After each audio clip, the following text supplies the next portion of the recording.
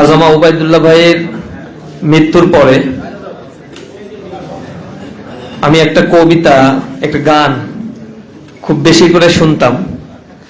ওইটাই একটু আপনাদের সাথে শেয়ার করতে চাই, যেহেতু এখানে খুব বেশি কথা বলার সুযোগটা এখন আর নাই। মন থেকে অগোচরে যা কিছু মুছে যায়, আনন্দ ঘন ছাড়া বেদনার স্মৃতিগুলো নীরবে কাঁদায়। কিছু কিছু মানুষের জীবন আচরণ সম্মুখে ভোলা যায় না, জীবন চলে গেলে তার রাখা বাকি কাজ কেউ মিলাতে পারে না। যার কথা ভেসে ওঠে মনে বারে বার, তার মতো আপন এত কে হবে আবার। প্রিয়জন চলে গেলে ফিরে আসে না। আমাদের আজম ওবায়দুল্লাহ ভাই সবার কাছে এত বেশি প্রিয় মানুষ ছিলেন, যিনি আমাদের রেখে চলে গিয়েছেন। তার কর্মগুলো আমাদের মাঝে রেখে গিয়েছেন, তার চিন্তা, তার দর্শনগুলো আমাদেরকে কাঁদায়। তার মনোজগৎ থেকে যা বিশ্বাস করতেন তা লেখনীর মাধ্যমে এবং ব্যক্তি জীবনে তিনি তা বাস্তবায়ন করে গিয়েছেন। তার লেখা যে বইটি আমরা খুব ছোটবেলায় পড়তাম, এবং সংগঠনের পক্ষ থেকে এই বইটি এখনো পর্যন্ত আমরা এ প্লাস সংবর্ধনায় লক্ষ লক্ষ ছাত্রের কাছে প্রতি বছর আমরা এটা পৌঁছাই। এবং যারা ক্লাসে সিঙ্গেল ডিজিট অথবা দেশকে নিয়ে ভাবে, ইউনিভার্সিটি অ্যাডমিশনে পরীক্ষার্থী অথবা চান্স পেয়ে বিভিন্ন ইউনিভার্সিটি মেডিকেল কলেজগুলোতে ভর্তি হয়েছে, তাদের জন্য একটা বই, তরুণ তোমার জন্য। এই বইটি আজম ওবায়দুল্লাহ ভাই ইসলামী ছাত্র শিবিরকে ওয়াকফ করেছেন।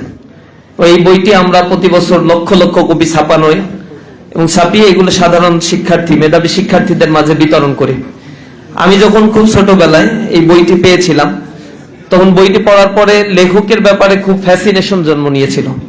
বইটি পড়ার পরে তাকে দেখার একটা আগ্রহ, উদ্দীপনা ছিল।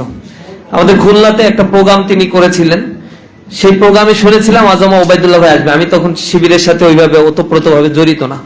তো প্রোগ্রামটি দেখার জন্য এবং তাকে দেখার জন্য সকাল থেকেই প্রোগ্রামে ওয়েট করছিলাম। তার বক্তব্য শোনার পরে মনের ভিতরে একটা অন্যরকম একটা অনুভূতি জাগ্রত হলো।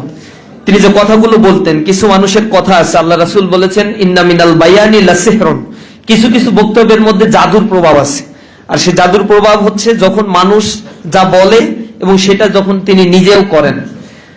আমরা সাংগঠনিক লাইফে দীর্ঘ সময় ধরে তাদেরকে হয়তো পাইনি, তো কেন্দ্রে দীর্ঘ সময় কাজ করার ফলে তার সাথে কানেকশন, সাহিত্য বিভাগের দায়িত্বে থাকার কারণে তার সাথে যোগাযোগ।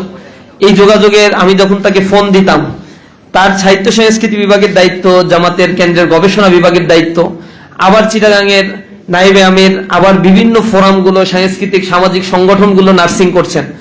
জিজ্ঞাসা করলে বলতো যে আমি এখন চিটাগাংয়ে, কালকে আসব। এই বয়সে তিনি যে পরিমাণ পরিশ্রম করতেন এবং সংস্কৃতির জগতের জন্য তার যে অবদানগুলো রয়েছে এটা অনস্বীকার্য। তিনি 90, 91, 92 সালের দিকে বাংলাদেশের ছাত্র রাজনীতির এক সিংহ পুরুষ ছিলেন। তিনি যে প্রতিকূল পরিবেশের মধ্য দিয়ে ছাত্র রাজনীতির নেতৃত্ব দিয়েছিলেন তা এখানে আলোচনা হয়েছে।